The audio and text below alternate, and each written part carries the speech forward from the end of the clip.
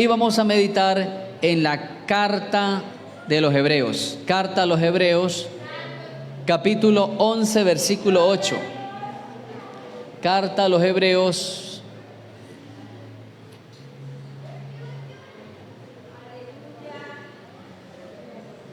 carta a los Hebreos, capítulo 11, versículo 8.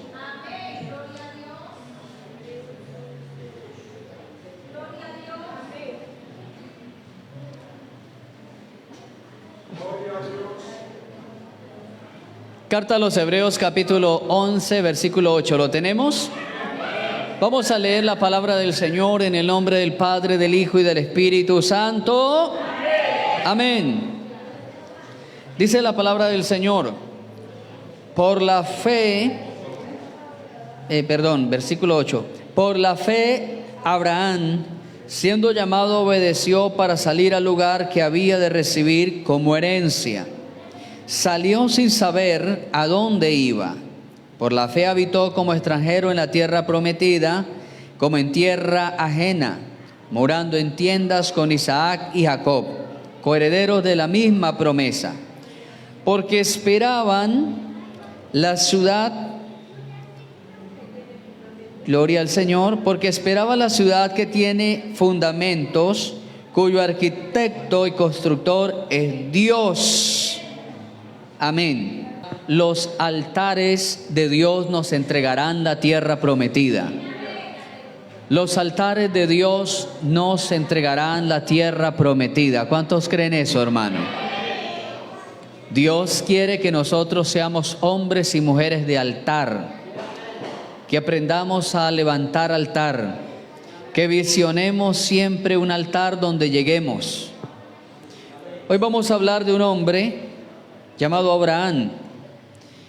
Y como todos los personajes de la Biblia, todos tenían un seudónimo o tenían una forma particular en que los conocían a ellos.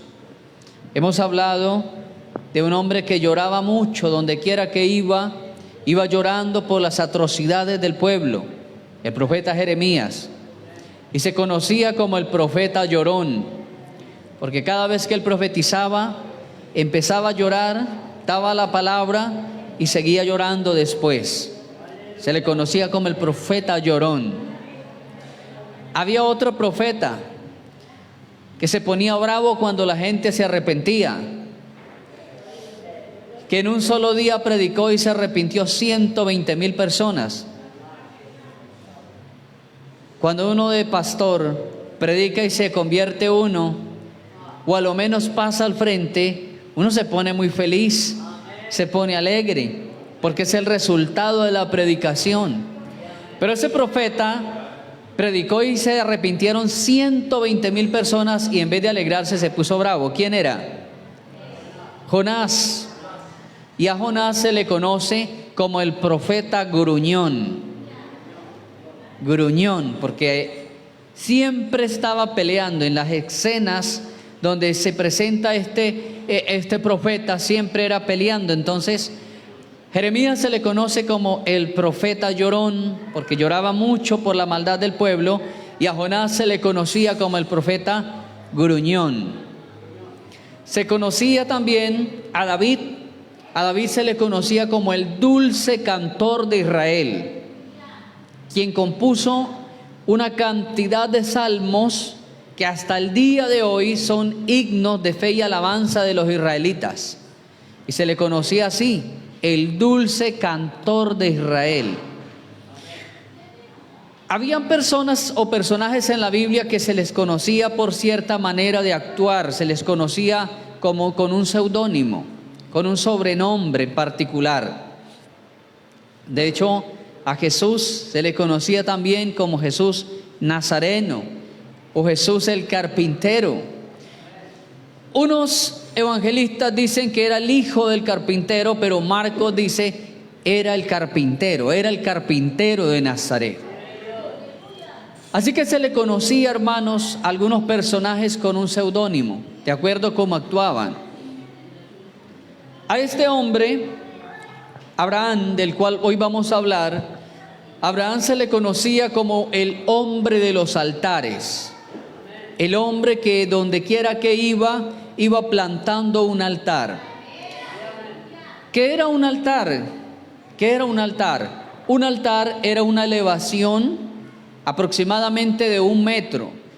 Se dice que la elevación era entre 70 centímetros a 1 metro y que a la parte de arriba le hacían una base plana, porque sobre esa base colocarían leña y luego colocarían los trozos del animal que se sacrificaba para que ese humo llegara ante la presencia del Señor. La pregunta es, ¿por qué la gente hacía eso? Porque recordemos que cuando nuestros primeros padres estaban en el huerto del Edén, ellos tenían la facultad de comunicarse con Dios directamente. Lo hacían de forma directa y clara. Dios le hablaba a ellos y ellos también le preguntaban a Dios. Interactuaban de forma muy directa. Pero cuando viene la intervención de la desobediencia, del pecado, lo primero que se corta es eso, la comunicación del hombre con Dios. El hombre es echado fuera del huerto y ahora el hombre necesitaría otros medios para comunicarse con Dios. Entonces surge la necesidad de comunicarse con Dios y de alguna manera Dios demostrar que estaba agradado o desagradado del hombre. El hombre siempre ha tenido su deseo y su inclinación por Dios y siempre lo tendrá, porque la adoración, algunos dicen que la adoración es un cántico suave en la iglesia. La adoración no es un cántico ni suave, ni duro, ni pasivo, ni intenso. La adoración es un instinto del hombre. Es un instinto. Nosotros tenemos 5 instintos. ¿Cuáles son? El primero, el instinto de supervivencia. El segundo es el instinto sexual. El tercero, el instinto alimenticio. El cuarto es el instinto paternal. Y el quinto se llama el instinto de adoración. Un instinto es una fuerza natural que trae el hombre. Ninguno nos enseña eso.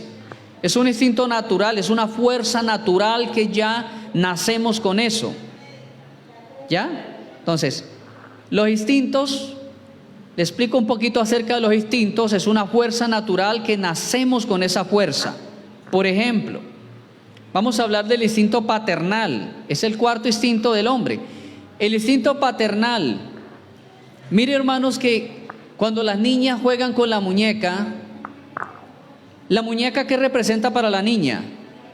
La hermana, la tía, es la hija.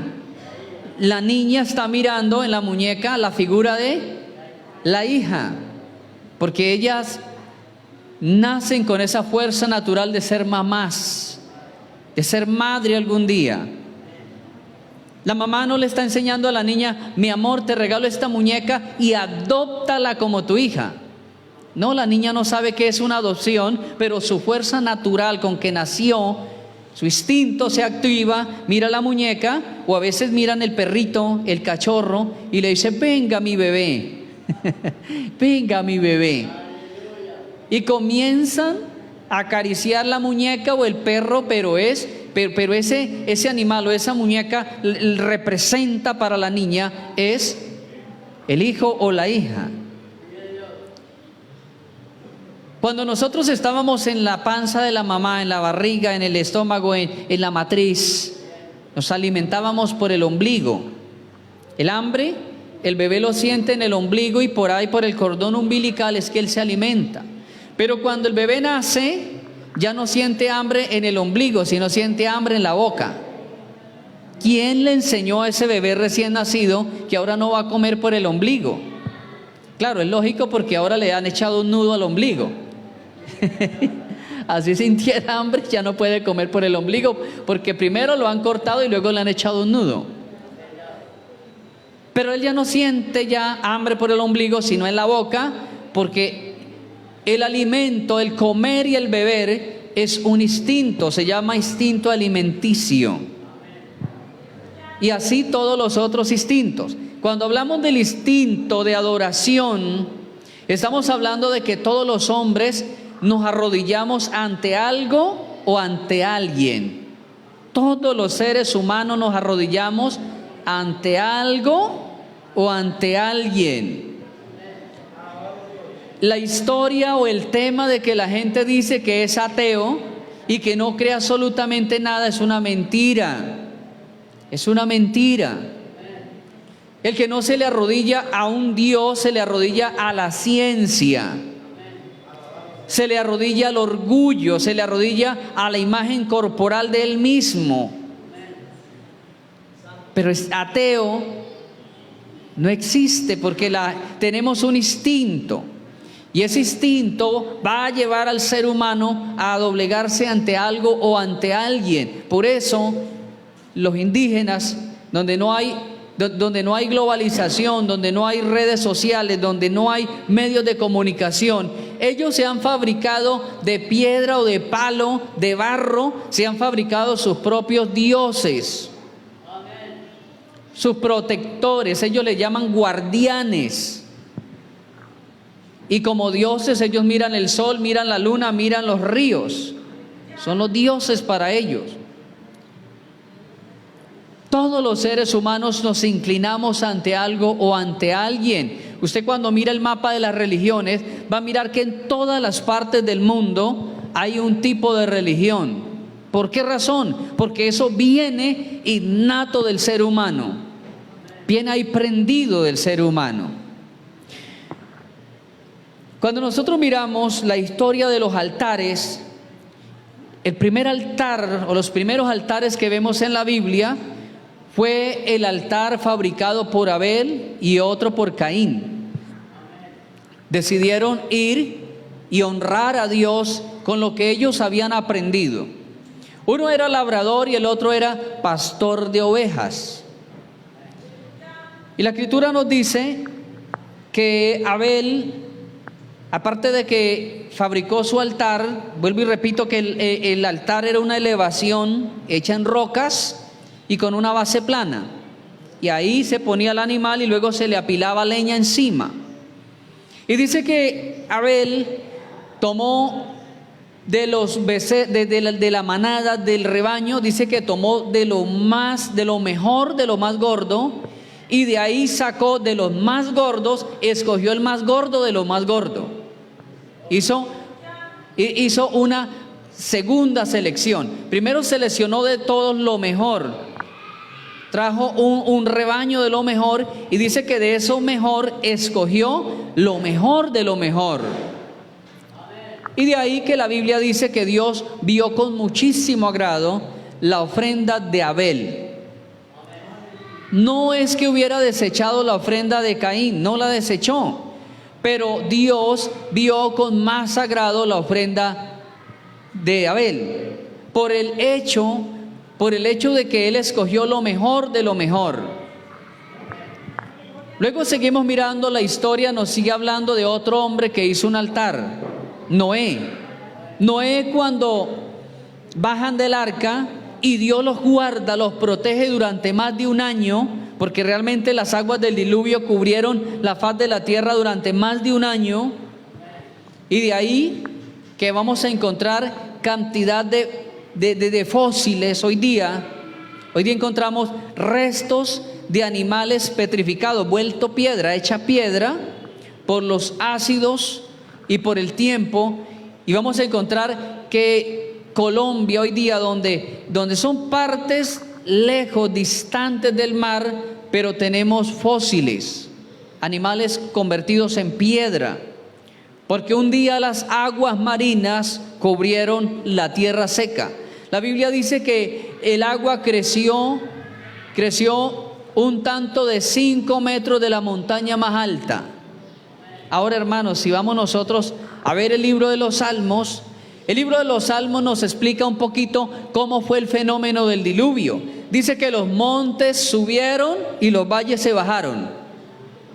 Y de esa manera hubo una inundación más rápida, más pronunciada. Los montes subieron y los valles se bajaron. Tremendo, hermano. tremendo. Hubo una transformación en la naturaleza increíble, una transformación tremenda. Luego cuando ellos salen del arca, dice la palabra del Señor que lo primero que Noé hace es gastar de los animalitos que él había conservado. Sí, empezó a gastar de los animales que él conservó. Por eso cuando usted lee los dos relatos que hay de la orden de Dios, porque en dos ocasiones Dios le dice a Noé cuántos animales tiene que meter al arca. En el primer relato dice que eran 2 animales de cada especie, 2 parejas. Y en el segundo relato dice que Dios le dijo, de todas las parejas de animales, de entra 2, y de los animales limpios, de entra 7. Los escépticos, la gente que llaman la gente de la alta crítica, dice que son errores de la Biblia, que son errores gramaticales y que hay inconsistencias dentro de la Biblia, porque en un relato Dios le dijo a Noé que eran solamente de a 2 parejas por cada animal, y en el segundo relato Dios le dice, meta de a 2, pero los animales limpios de entre de a 7. Eso solo lo puede usted entender cuando usted sigue leyendo la Biblia y llega a Levíticos, al libro de Levíticos. Cuando usted llega al libro de Levíticos, explica cuáles son los animales limpios. Y los animales limpios eran los que se podían matar y ofrecer en un sacrificio, en un altar. Entonces vamos a entender por qué cuando Noé se bajó del arca gastó los primeros animales, no dejó ni esperó que se procrearan ni que aumentaran. Él se baja y de inmediato le da cuchillo al primer animal de los que él llevó, porque eran animales puros y llevaba 7 parejas de ellos. Podía hacerlo, porque imagínense si mata a la primer pareja, si entran solamente de a 2 parejas y mata a una pareja, pues iba a quedar en desequilibrio la naturaleza. Claro, la especie se podría acabar muy rápido, pero el Señor le dijo, de entre de los animales limpios 7 parejas. Y los animales limpios, según Levítico, eran los que se podían ofrecer sobre un altar. No sé si me hago entender aquí, hermano. ¿Sí? Bueno, por acá sí me hice entender. Por acá también, por acá también. Bueno, espero que en Barak Producciones también. Gloria al Señor. Bien, entonces, luego encontramos una persona, un personaje que marcó la pauta en la Biblia, porque era un hombre que donde quiera que llegaba iba fabricando altares. Yo hoy le vengo a hablar de 5 altares que edificó Abraham. Abraham fabricó 5 altares muy simbólicos. De hecho, hermano, que cuando conquistó Josué la tierra prometida, ¿sabían ustedes, hermano, que cuando Josué llegó a la tierra prometida ya era un viejito? Cuando Josué llegó a la tierra prometida ya era un viejito. Sí, ya tenía bastante edad. Tenía un poquito más de 70 años cuando él llegó allá, a la tierra prometida. Claro, usted lee donde el Éxodo dice, el joven Josué no se apartaba del tabernáculo ni de día ni de noche. El joven Josué. Pero es que de ahí pasaron 40 años en el desierto. Joven, porque la mayoría de edad para los israelitas era a los 30 años. A los 20 servían para la guerra, pero la mayoría de edad se contaba solo hasta los 30. Cuando llegaba a los 30, decían que era el joven. De ahí para atrás era un adolescente para ellos. Entonces dice que el joven Josué, dice el joven Josué no se apartaba del tabernáculo ni de día ni de noche. Joven, es decir, ya había cumplido 30. Y luego tienen un intervalo de tiempo de 40 años. Mire ahí nomás, hermano, si él tenía los 70 cumplidos cuando era colaborador, tenía los 30 más los 40 del desierto, ahora tendría 70. Y entonces entra Josué allí, y cuando Josué entra y empieza a conquistar, tiene unos años de pelea, unos años de guerra, y está venciendo territorios, pero Josué no alcanza a conquistar todos los territorios. Y curiosamente, los territorios que conquista Josué en esos pocos años que le quedan de vida, curiosamente, son los territorios donde Abraham había edificado un altar. ¿Sí me hago entender, hermanos? Los territorios que hacía casi 500 años, porque entre Abraham hasta Josué hay, hermano, un espacio de casi 500 años. Y curiosamente, lo que conquista Josué es lo que hacía 500 años Abraham había marcado, haciendo altares para el Señor. O sea que ese altar, hermanos, que levantaba Abraham no eran unos altares de simple momento de adorar a Dios, sino que eran altares que estaban marcando una promesa para la descendencia. Eran altares que estaban pisando esa tierra y cercándola y encerrándola dentro de la promesa que Dios tenía para la descendencia de Abraham. ¿Cuántos se gozan por eso, hermano? Los altares tenían 4 cosas que nunca podían faltar. 4 cosas que nunca podían faltar en el altar. Primero, usted tiene que apuntar, apúntelo, hermano. Una víctima. Tenía que haber una víctima. Si no había nada que sacrificar sobre el altar, en vano habían gastado las fuerzas arrumando piedras. Oiga esto, hermano, abro un paréntesis. Porque los altares, desde el tiempo de los patriarcas,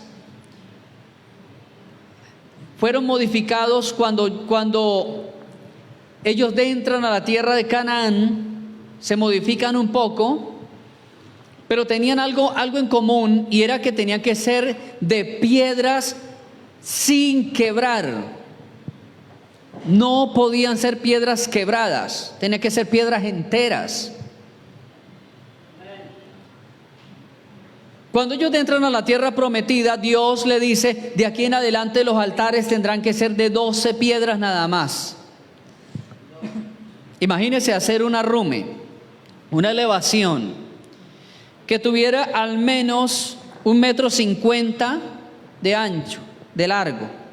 Que al menos tuviera 1,50 m por 1 metro de ancho. Y que solamente llevara 12 piedras. O sea, lo que yo le estoy tratando de decir, hermanos, es que si vamos a hacer una elevación de 1 metro de alto, por 1,50 por 1 de ancho, y vamos a utilizar solamente 12 piedras, lo que yo quiero decir es que tendríamos que mover piedras muy grandes. Tendríamos que mover piedras muy enormes para hacer una cama así de esas dimensiones que le estoy diciendo, utilizando solamente 12 piedras. Y la Biblia dice que no, Dios les dijo, no las vayan a partir, quiero piedras enteras. Ni poner hierro, es decir, no le pongan un cincel para arreglarlas. No le pongan hierro, ni las partan con otra piedra. O sea, no agarren una piedra y se la lancen para partirla. No, tienen que ser piedras enteras que no estén maltratadas por otras piedras. Y entonces, cerrando el paréntesis, algo que no podía faltar en el altar era la víctima. Por eso el hijo de Abraham, Isaac, le dijo, papá, llevamos lo necesario, llevamos la leña, llevamos el fuego, llevamos todo, ya sabemos el sitio donde es, pero ¿dónde está la víctima? ¿Dónde está el animal que vamos a sacrificar? Y Abraham, con una fe tremendísima, le dijo, Jehová proveerá. Vamos, porque Jehová proveerá. Lo primero que tenía que pensar la persona que iba a hacer un altar era en la víctima. Segundo, tenía que haber fuego. tenía que haber fuego, tenía que haber candela, tenía que haber un fuego allí. ¿Cuándo se manifestaba el fuego? El fuego normalmente, en el tiempo de los patriarcas, ellos no ponían el fuego. Ellos se dedicaban todo el día a adorar a Dios, a cantar a Dios, a orar, y Dios era el que ponía el fuego. Cuando descendía el fuego, los hachones de candela de arriba, y prendían la leña y se consumía todo, ellos comprobaban que Dios estaba con ellos y que la voluntad de Dios era buena para con ellos. A su nombre. Mire al hermano que tiene a su lado. Mire al hermano que tiene a su lado. Ahora dígale, le doy permiso de despertarme si me ve dormido. Ya le dio permiso. Ya usted le dio permiso, no se vaya a enojar. Aleluya. Continuamos, amado hermano, continuamos. A su nombre.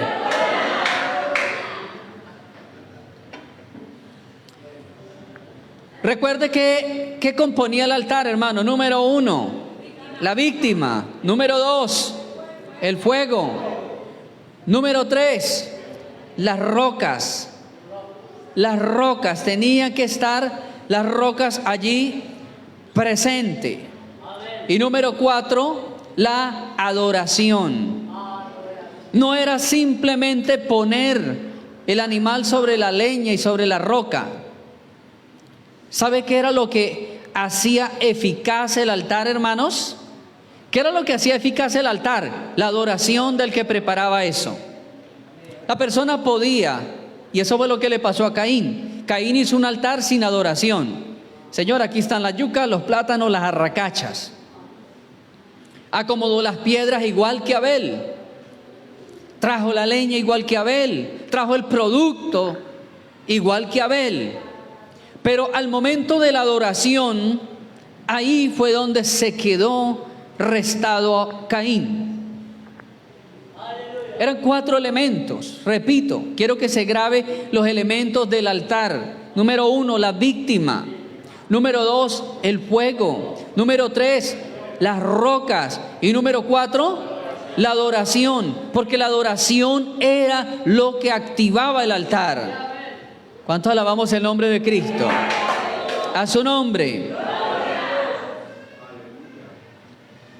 Y los antiguos, porque no solamente, hermanos, no solamente los adoradores de Dios aprendieron ese secreto, sino que también los paganos se copiaron. Los paganos se copiaron. En medio del instinto de adoración de ellos, los paganos también empiezan a copiarse y empiezan a celebrarle culto a los dioses de ellos, también haciendo altares así, aunque ellos sí tenían que colocar el fuego ellos mismos, pero empezaron a hacer lo mismo, de manera que se volvió una competencia de altares. Y cuando la persona iba y llegaba a cierto lugar y encontraba un altar, lo primero que esa persona hacía era desbaratar ese altar. Lo desbarataba. Decía, aquí quién sabe qué Dios, qué tipo de Dios adorarían aquí. Y desbarataban ese altar. Sacaban las piedras, las echaban a rodar. Desbarataban el altar. Y entonces los paganos cogían piedras nuevas y edificaban un altar a los dioses de ellos. No solamente era una guerra física, sino que era una guerra espiritual. Los espíritus que siempre han existido, hermanos, porque los espíritus siempre han existido, no es tema nuevo. Aunque en el Antiguo Testamento la visión del mundo espiritual estaba mucho más nublada que en el Nuevo, porque ya en el Nuevo Cristo vino a revelar. Por eso Pablo dice que el Señor desenmascaró y exhibió públicamente los principados y triunfó sobre ellos en la cruz del Calvario. Los exhibió, los desenmascaró.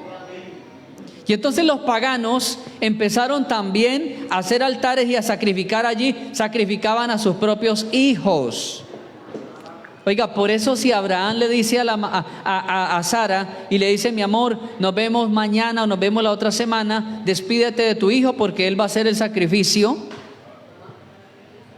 Y por eso la fe de Abraham fue tan enorme, hermano, enorme, porque los paganos sí hacían eso.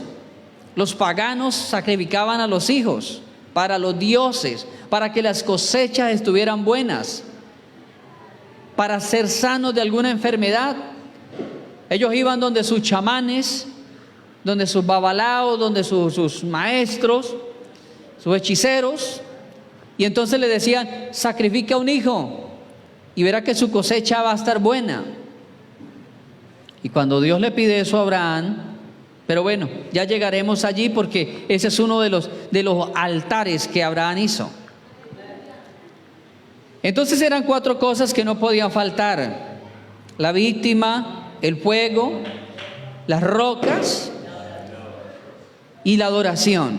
¿Qué era lo que activaba? La adoración. Los paganos encontraban y también cuando las personas temerosas de Dios encontraban los altares, también se los desbarataban, también hacían lo mismo.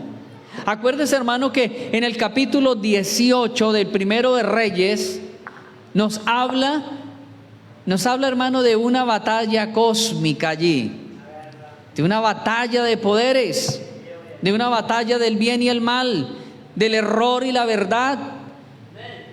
Fue el encuentro de Elías con los 850 falsos profetas. Y allí, hermano, usted se sabe la historia bien. Dice la Escritura que cuando le tocó el turno a Elías, ¿qué fue lo primero que Elías pensó hacer? Organizar el altar. Organizar el altar. Y dice que fue a organizar el altar. ¿Y cómo estaba el altar? Arruinado. ¿Quién le había arruinado el altar? Los paganos, los adoradores de otros cultos, los adoradores del sol, de la luna, los adoradores de los demonios. Ellos habían arruinado el altar de Jehová que una vez había hecho el profeta ahí. Pero, hermanos, los justos también derribaban altares. Usted mira a Jerobaal, que era el mismo Gedeón, y él también derribó el altar que tenía los padres, el altar a los dioses. Entonces era una guerra, hermano, donde se encontraran los altares. Lo primero que hacían era desbaratarle para que no tuvieran culto a los dioses. Y cuando Elías fue a ofrecer el culto a Dios, dice la palabra del Señor que el altar de Dios estaba arruinado. Los paganos le habían desbaratado todo. Y dice la palabra de Dios que entonces este hombre dijo, voy a reestructurar el altar, voy a reestructurarlo. Y buscó las 12 piedras, claramente la Biblia dice que buscó las piedras. ¿Por qué 12 piedras? Porque cada piedra representaba una tribu de Israel. Cada piedra representaba una tribu de Israel. Oiga, hermano, y tenemos una enseñanza más hermosa acerca del altar de Dios, porque cada tribu, cada nombre, cada título de tribu es la problemática del hogar de Jacob. Cada nombre de los hijos de Jacob es el título de un problema que tenía. Habían 12 problemas dentro del hogar de Jacob. Y cada problema era representado por un hijo. Nace el primero que se llama Rubén, y le pone de nombre Rubén, que significa mírame, mírame. La mujer quería que el marido la mirara, que la atendiera, que la codiciara, que la elogiara. Nace el segundo y le pone de nombre óyeme, porque después de que la mujer quiere que el marido la mire, solamente los ojos de él sean para ella, después de eso quiere que el marido aprenda a escucharla. Luego nace otro y le pone de nombre Abrázame. Y así, hermano, cada uno de los 12 hijos de Israel llevaba por nombre un problema intrafamiliar. Tremendo, ¿cierto? Y entonces la Biblia dice que las piedras estaban todas regadas, esparcidas. Y Elías empezó a colocar la primer piedra. La primer piedra representaba a Rubén. Vamos a colocar aquí la mirada en la mujer. Luego fue y buscó la otra piedra que se llamaba Leví, que significa óyeme, y dijo vamos a colocar el oído en mi mujer. Y luego vamos a buscar el otro que se llama Abrázame, vamos a buscar los abrazos en mi hogar. Y así se juntan las 12 piedras, hermano, y cuando se arregla el altar del hogar, desciende la presencia de Dios. Porque qué importante es aprender a arreglar el altar del hogar. Pedro dice que si nosotros tenemos como hogar y como familia contiendas continuas, dice que habrá estorbo para nuestras oraciones. De ahí que a veces no vemos que se mueva la presencia de Dios. Vemos como que vamos de para atrás. Vemos que las ganancias se están yendo y ahora están llegando mucha pérdida. Porque a veces las piedras del altar del hogar se están dispersando. Ya no hay miradas, no hay elogios, no hay abrazos, no hay besos, no hay escucha. Hay pelea. Hay uno de los hijos de Jacob que le pusieron por nombre Pelea, mi pelea. Hay veces lo que reina es eso, la pelea, la contienda, la amenaza, el menosprecio, la burla. Entonces cuando Elías recoge esas 12 piedras, hermano, hay un altar dispuesto. Después de que arregla el altar, dice que toma unos bueyes, los parte, los despedaza, ubica esa carne, ubica la leña y ahora dice, por favor traigan unas tinajas llenas de agua. ¿Eso para qué, hermano? Para hacer ver más imposible el milagro. Se veía más imposible. Y con una sencilla oración y le dice, Señor, tú que conoces el corazón de este pueblo y tú que sabes cómo hacerlo volver a ti, te ruego que en esta hora, conforme tú me has mandado, descienda aquí tu poder, descienda tu fuego, sea glorificado entre tu pueblo. Y dice la palabra del Señor que empieza a caer los hachones de fuego. Comienza a caer el fuego y empieza a calcinarse aquella leña, a calcinarse todo aquello. Ese es el poder del altar, amado hermano. Pero les dije, hermano, que Abraham edificó 5 altares. El primero, vamos a encontrar ese primer altar en el capítulo 12 de Génesis. Génesis 12 dice, pero Jehová había dicho a Abraham, vete de tu tierra y de tu parentela y de la casa de tu padre a la tierra que yo te mostraré, y haré de ti una nación grande y te bendeciré y engrandeceré tu nombre. Serás bendito, serás bendición. Bendeciré a los que te maldijeren y maldeciré a los que te maldijeren. Serán benditas en ti todas las naciones, todas las familias de la tierra. Se fue Abraham como Jehová le dijo, y Lot se fue con él, y era Abraham de edad de 75 años cuando salió de Harán. ¿Cuántos alabamos el nombre del Señor? Versículo 7 dice, y apareció Jehová a Abraham y le dijo, a tu descendencia dará esta tierra, y edificó allí un altar a Jehová, quien le había ¿qué? Aparecido. El primer altar que hizo Abraham, oiga hermano, oiga bien esto, cada uno de los altares no solamente quemaba la carne que Abraham ponía, cada uno de los altares quemaba algo que dentro de Abraham había también.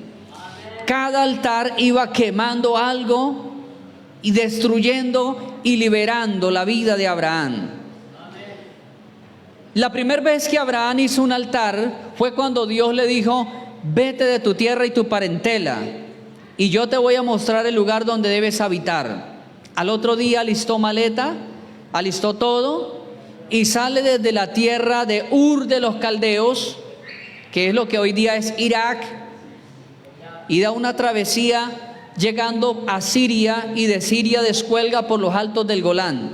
Una travesía extremadamente larga, hermano. Meses, fueron meses. Él dando esa travesía porque todo era a pie. No había medios de locomoción como el día de hoy. Todo era a pie, iban con ganados, iban con siervos.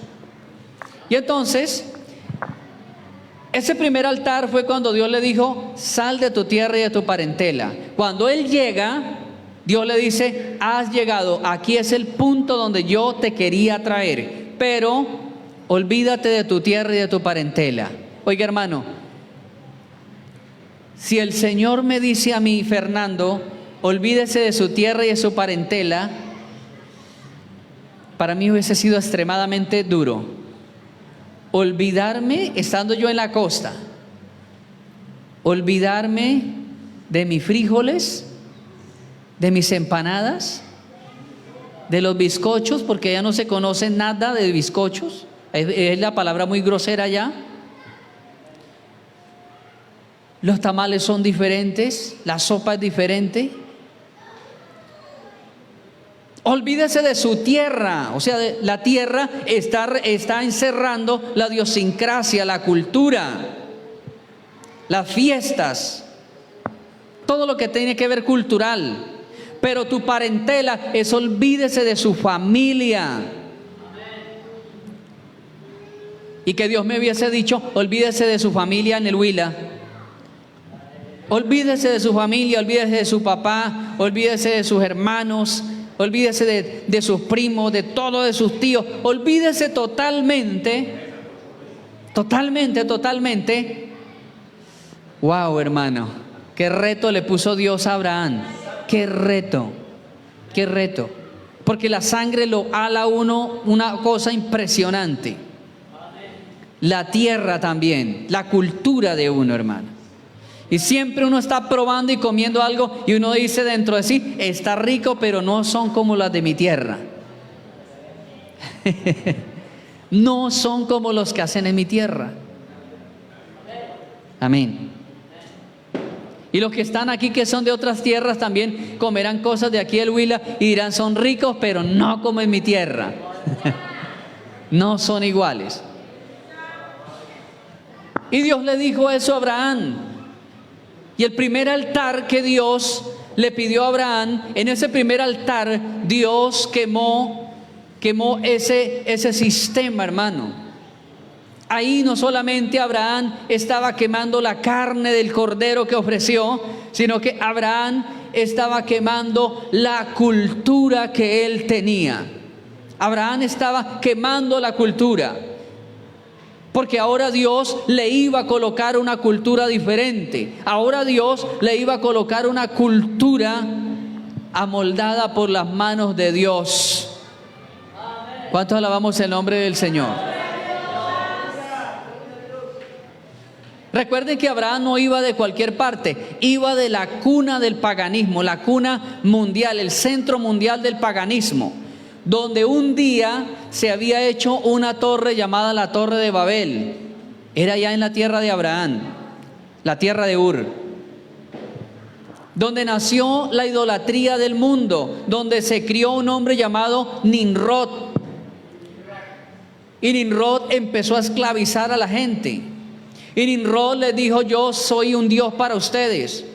Nimrod empezó a defenderlos, porque dice la Biblia que era un vigoroso cazador, era un semigigante, era enorme, era fuerte, era ágil, y empezó a defender a la gente, y la gente empezó a verlo a él como un protector, como un guardián de la sociedad. Pero murió Nimrod, y un poco de tiempo después, cuenta la historia, que la esposa o la viuda que queda, llamada Semirami, resulta en embarazo. Y entonces esta mujer, para que no fuera juzgada de una aventura con alguno de los siervos o de los esclavos, esta mujer dijo: ha reencarnado Nimrod dentro del vientre mío. Nimrod reencarnó del más allá y se me entró otra vez al vientre. Nace un niño y le ponen por nombre Tamuz. Y de ahí, hermanos, de ahí es donde el mundo entero conoce la imagen de la mujer con el niño. Que no solamente el paganismo romano le tituló María con el niño Jesús, sino que las diosas chinas siempre presentan a una mujer con un niño. Las diosas egipcias presentaban a una mujer con un niño. Las diosas griegas, las diosas fenicias, las diosas africanas siempre muestran una mujer con un niño, porque el centro mundial de la idolatría inicia en Ur de los caldeos, y allá era Abraham. Por eso Dios le dice: olvídate de tu tierra y de tu parentela, olvídate. El primer altar que hizo Abraham, se quemó la cultura de la tierra. Has llegado a la tierra que yo escogí para ti. Quema todo lo que has traído de tu cultura, todo lo que has traído de allá, quémalo, quémalo. Es el primer altar que nosotros debemos aprender a edificar como hijos de Dios y como descendientes en la fe de Abraham. Es el primer altar, empezar a quemar lo que hemos traído del mundo, empezar a quemar lo que es de la cultura pagana, amada iglesia. Es lo primero que tenemos que hacer, porque si usted todavía está guardando por allá la imagen del divino muñequito, no ha sacado a Babilonia de su corazón. No, pastor, es que me lo dio mi abuelita Magola. Y me da un pesar botar el divino muñequito de la abuelita.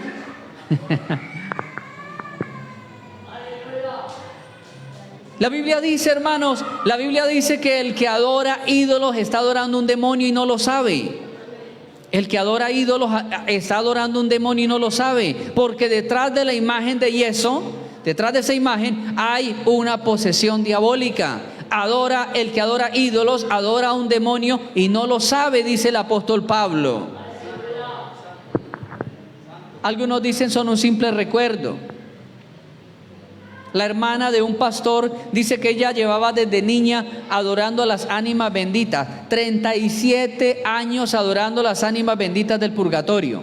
Cargaba un altar móvil, donde ella iba, cargaba 2 maletas, una con la ropa y los útiles de aseo, y en la otra cargaba un altar móvil que ella había mandado a fabricar para quemarle velas e incienso a las ánimas benditas, desde los 12 años. Llevaba 37 años en eso. Se fue un día a visitar al pastor a Bogotá, llevaba su altar móvil para instalarlo cerca de la cama, pero ese día de viaje el bus se varó de camino, luego por el invierno tuvieron que retrasarse 1 hora más, llevaba mucho retraso, iba muy cansada, y esa noche compartieron con el hermano de él, compartieron hasta las 2 de la mañana, y ella se acostó, y cuando se acostó se acordó que había que hacerle el altar y que había que prenderle velas a las ánimas benditas.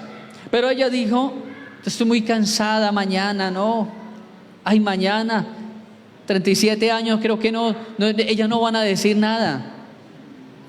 Pero dice que se quedó dormida, y a las 3 de la mañana dice que sintió que algo rondaba la cama, y cuando ella se despierta ve una cantidad de cosas blancas con capuchas blancas que estaban rodeando la cama.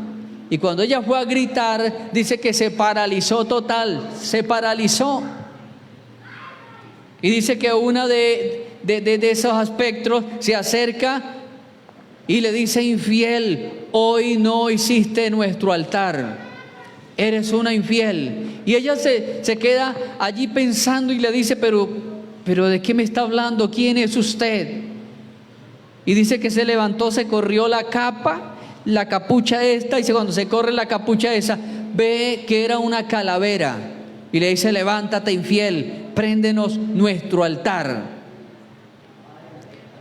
Esa mujer se levanta y empieza a gritar ahí en esa casa. Se levantó el pastor: ¿qué pasó? ¿Qué tiene? Y empieza ya a contarle la terrorífica experiencia.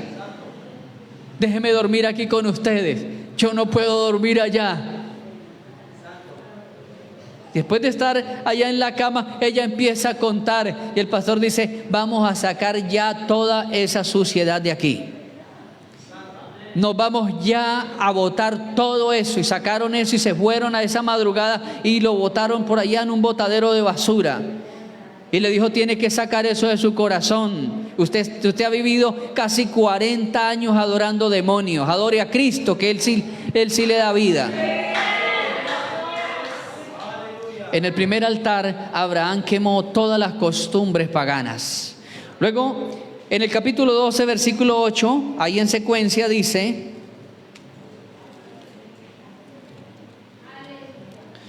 luego pasó de allí a un monte al oriente de Betel y plantó su tienda, teniendo a Betel al occidente y a Ai al oriente.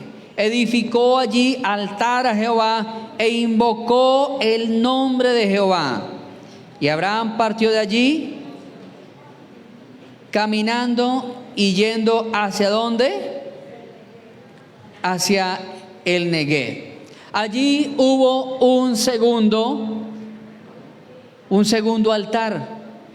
Él hace un altar y mire que lo hace en un punto geográfico bastante curioso. Porque la palabra Betel significa casa de Dios, pero la palabra Ai significa ruina y miseria. Y dice la Biblia que Él lo hace en medio. O sea, en cierto punto de la vida, Él quedó en una balanza. Hace un altar, pero dice que lo hace en medio entre Betel y Ai. Betel significa casa de Dios, Ai significa ruina y miseria. Estaba allí, hermano, no sabía qué hacer, había todavía un poco de incredulidad en él, había un poco de duda, había un poco de confusión, no sabía si quedarse en la casa de Dios o quedarse en la ruina. Todavía había un poco de duda referente a lo que Dios quería hacer. A veces el ser humano queda en una balanza entre me gusta lo de Dios, pero también me gusta lo del mundo. Porque eso significaba, Betel era casa de Dios, pero hay la ruina y la destrucción. A veces el corazón del hombre queda en esa balanza. El capítulo 20 de Hechos de los Apóstoles nos habla de un hombre que estaba en una balanza. Se llamaba Eutico. Y Eutico estaba en un punto neutro. Y ese punto era la ventana del templo. Dice que estaba sentado en la ventana del templo. ¿Por qué sentado? Porque las casas de la antigüedad y las casas de tierra caliente son fabricadas de una manera que se llama tapia pisada. Y las paredes pueden llegar a medir 60, 70, 80 centímetros. No sé si el hermano Donoso ha visto esas casas enormes. Sí, hermano, son como así.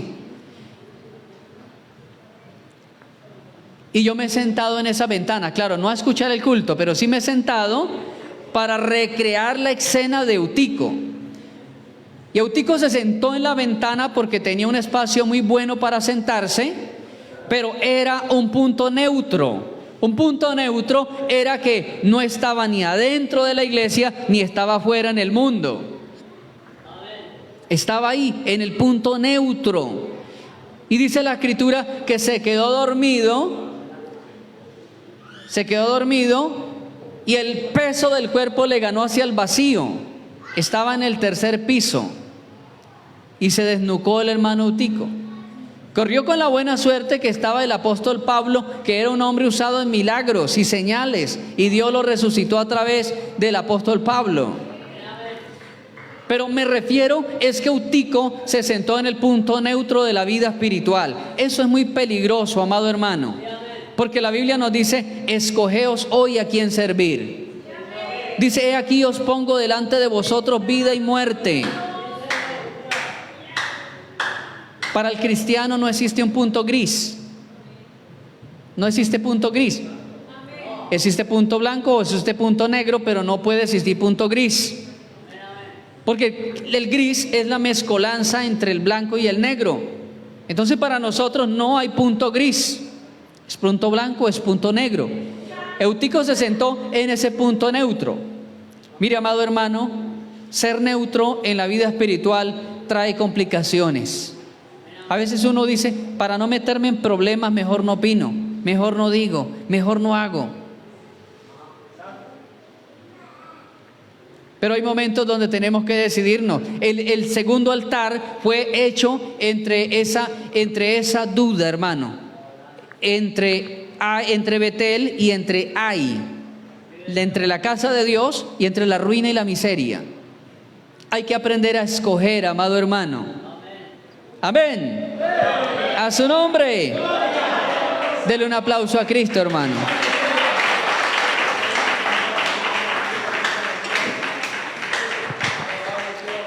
Gloria al nombre del Señor.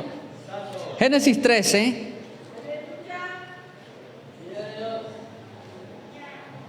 Gloria al nombre del Señor.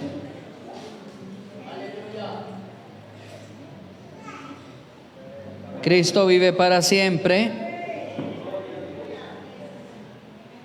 Dice: subió pues Abraham de Egipto hacia el Neguev, él y su mujer, con todo lo que tenía, y con él Lot. Y Abraham era riquísimo en ganado, en plata y en oro. Volvió por su jornada desde el Neguev hacia Betel, hasta el lugar donde había estado antes su tienda, entre Betel y Ai, al lugar del altar que había hecho allí antes, e invocó allí Abraham el nombre de Jehová. Amén. Pasó el tiempo, hermano, pasaron otros meses. Y Abraham vuelve a ser el tercer altar de Dios también. Amén. Ya vuelve más resuelto. Y dice que volvió, el versículo 3, volvió por su jornada desde Neguev hacia Betel. Llegó directamente a Betel. Ya en esta tercera ocasión llega primero a Betel, va perfeccionando su visión, va creciendo espiritualmente, va teniendo un crecimiento. Él llega primero a Betel, como quien dice: me quedo en la vida espiritual, me quedo con lo de Dios. Llega primero allí, porque él entiende que le va mejor con Dios. Viene retornando porque cuando hace el segundo altar, que lo hace entre Betel y Ai, dice que él desciende a Egipto. Y en Egipto no le fue muy bien espiritualmente. Tal vez le fue bien económicamente porque consiguió ganados, consiguió vacas, pero consiguió también un veneno para el hogar. Consiguió una esclava que se llamaba Agar. Agar la consiguió precisamente de esa mala decisión. De ahí fue donde él se llevó a Agar, la mamá de Ismael. Ese tercer altar dice que ya él retorna de Egipto y llega a Betel. Comienza la visión de Abraham a aclararse. Comienza a tener un crecimiento espiritual. Comienza a crecer, y ese es el punto en que el cristiano debe, hermano, aprender a llegar, aprender a crecer. Fuimos llamados para crecer. Si nos quedamos pequeños, nos quedamos pigmeos, nos quedamos enanos. Vamos a tener un daño espiritual si no crecemos. Ahora este hombre llega directamente a Betel y de allí empieza a ubicarse. Ofrece nuevamente, arregla el altar y ofrece altar allí. El cuarto altar lo vamos a encontrar en el capítulo 13, versículo 18.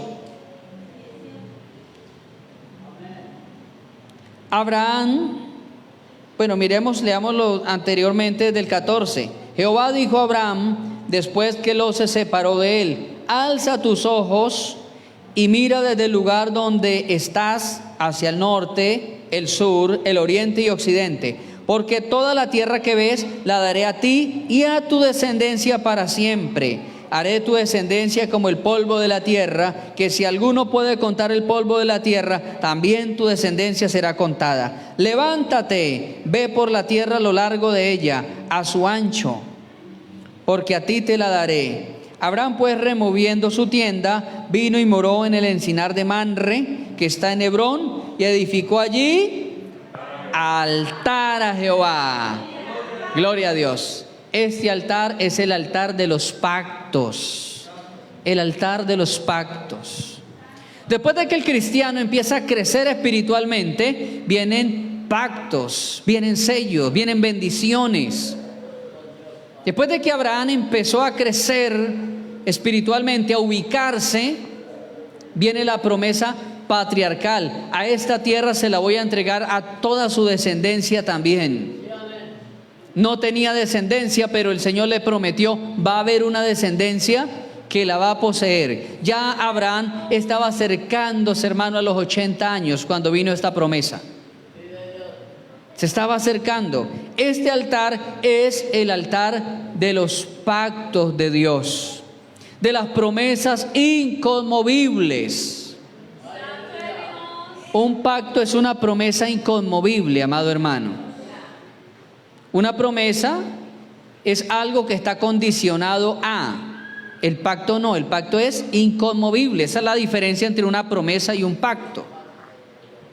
Una promesa, repito, está condicionada. Le voy a dar algo, pero si pasa o si hace esto.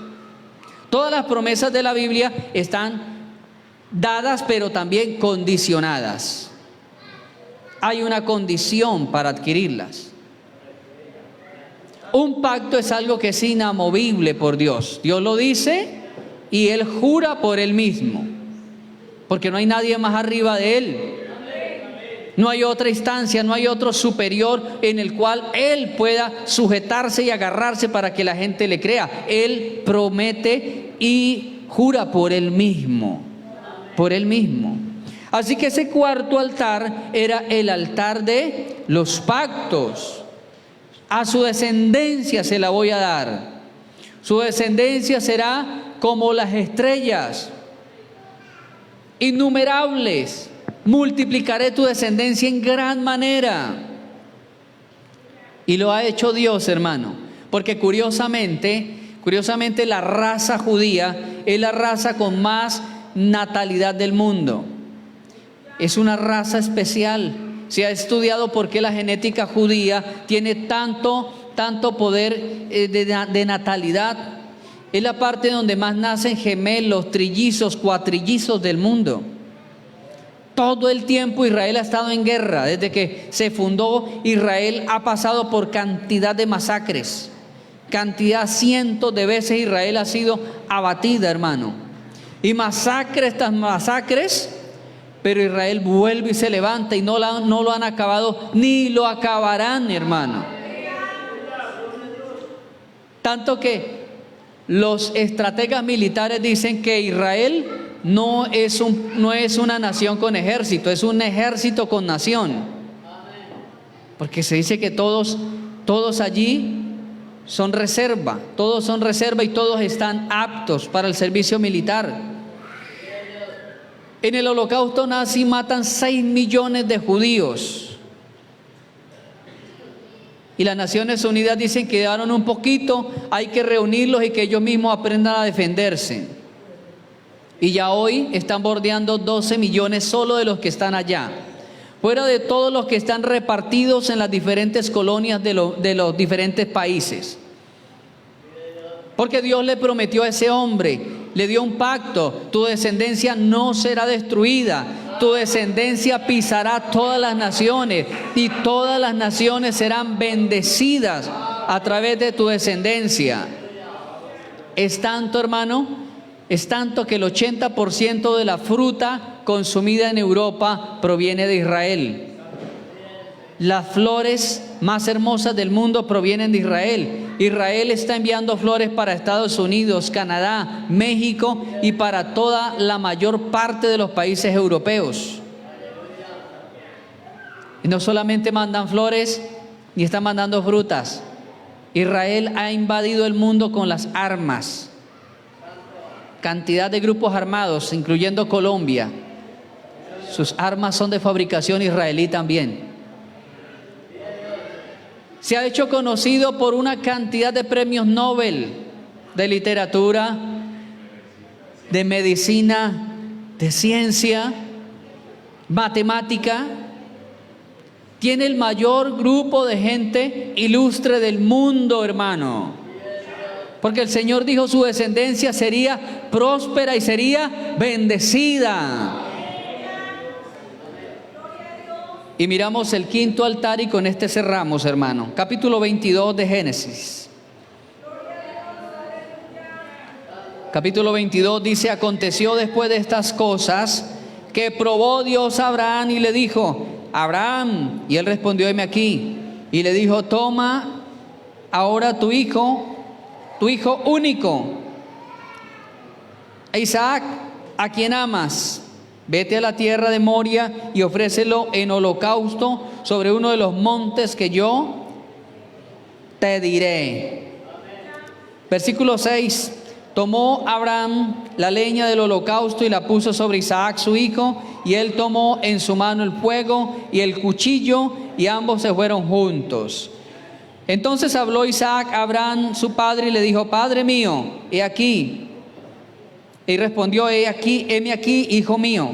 Y él dijo: he aquí el fuego, la leña, mas ¿dónde está el cordero para el holocausto? Y respondió Abraham: Dios se proveerá de cordero para el holocausto. E iban juntos.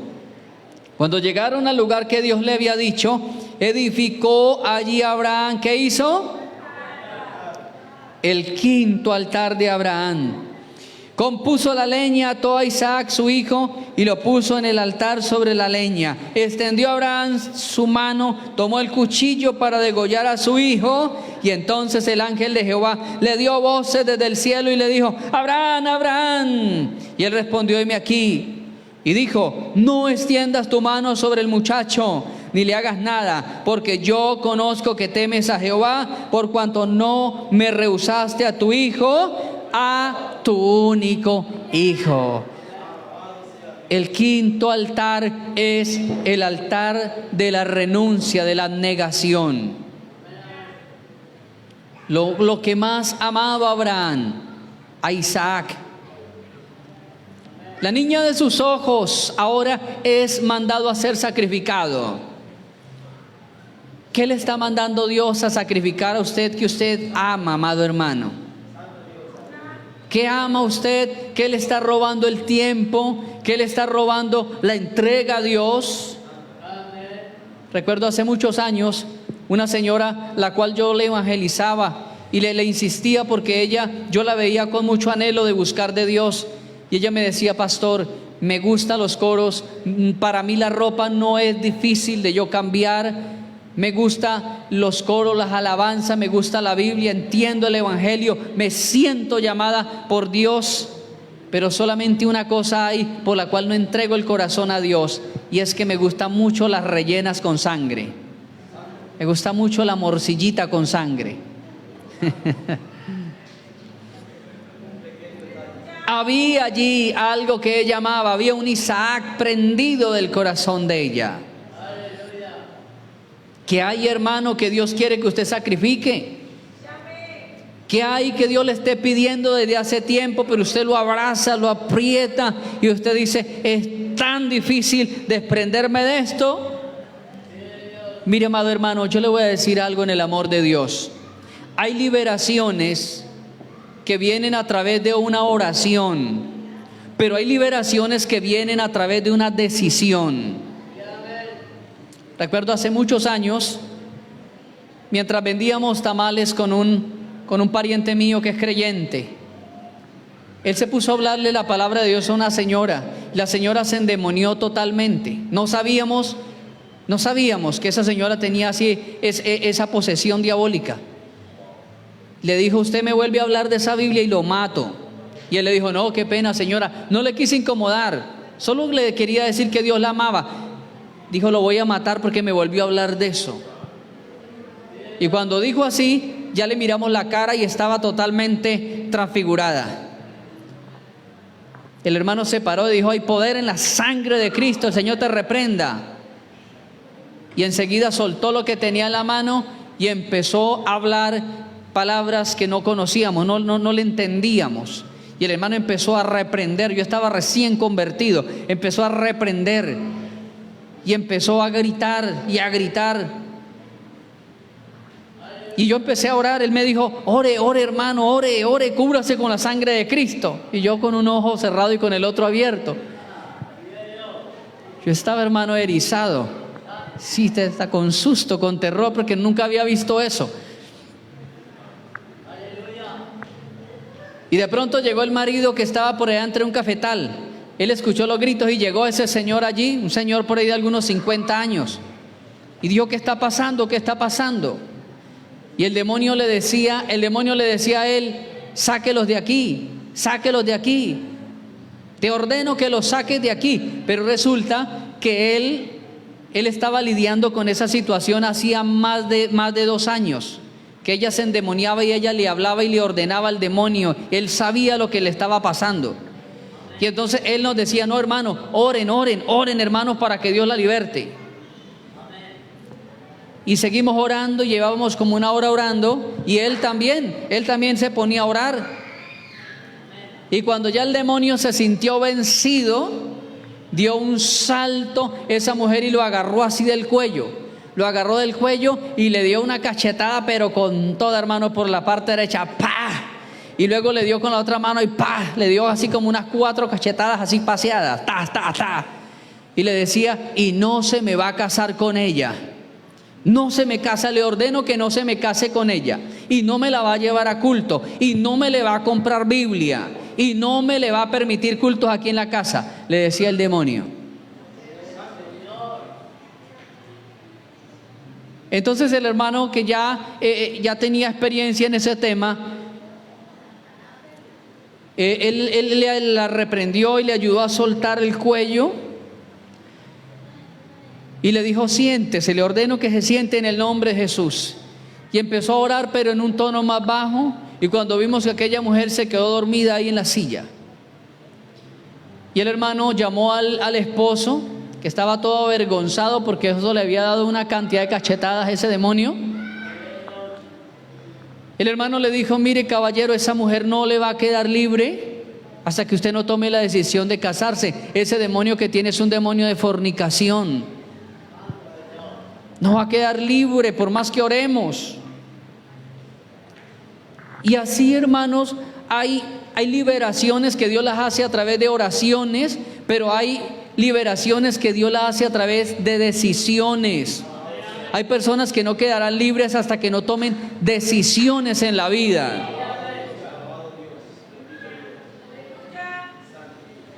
Alguien me preguntaba en una ocasión: pastor, llevo más de 2 años luchando con las drogas. Quiero dejar las drogas, quiero dejarlas. Pero es que al lado de mi casa vive el jíbaro, el que las vende. Y cuando no le compro, me mete por debajo de la puerta. Y cuando no le compro, entonces van y me echan humo por las rendijas de la ventana. Y me llenan la habitación de humo. Y termino cayendo de nuevo. Le dije: tome la decisión de irse para otra parte.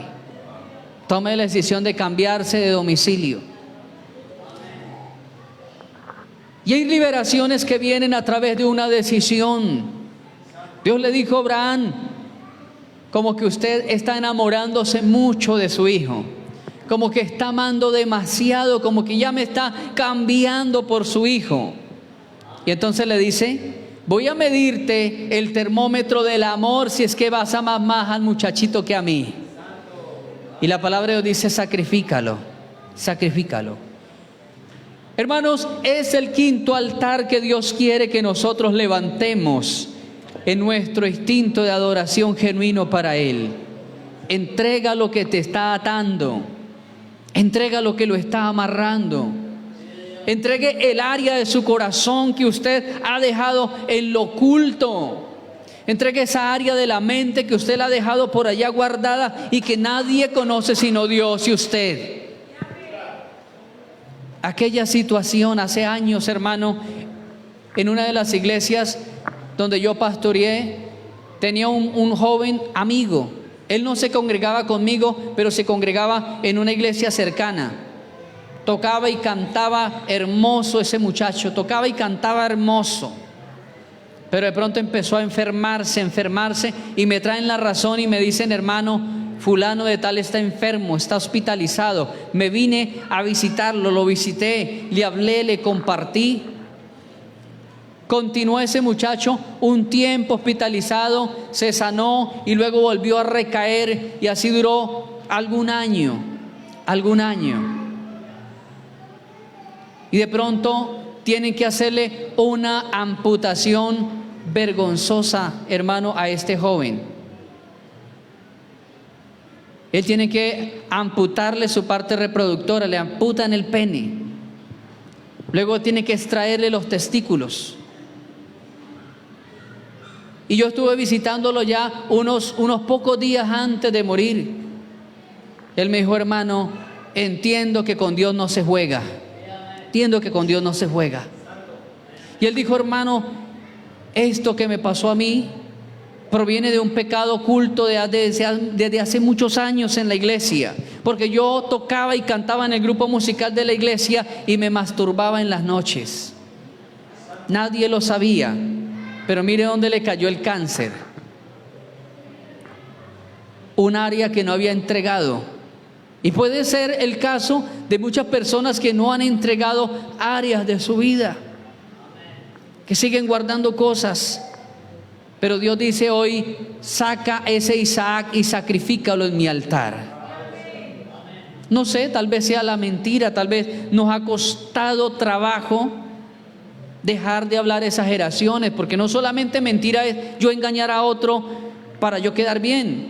Una mentira puede ser formas exageradas de yo hablar más de lo que es. Entonces, amado hermano, hoy vamos a poner ese Isaac en el altar de Dios. Colóquese de pie.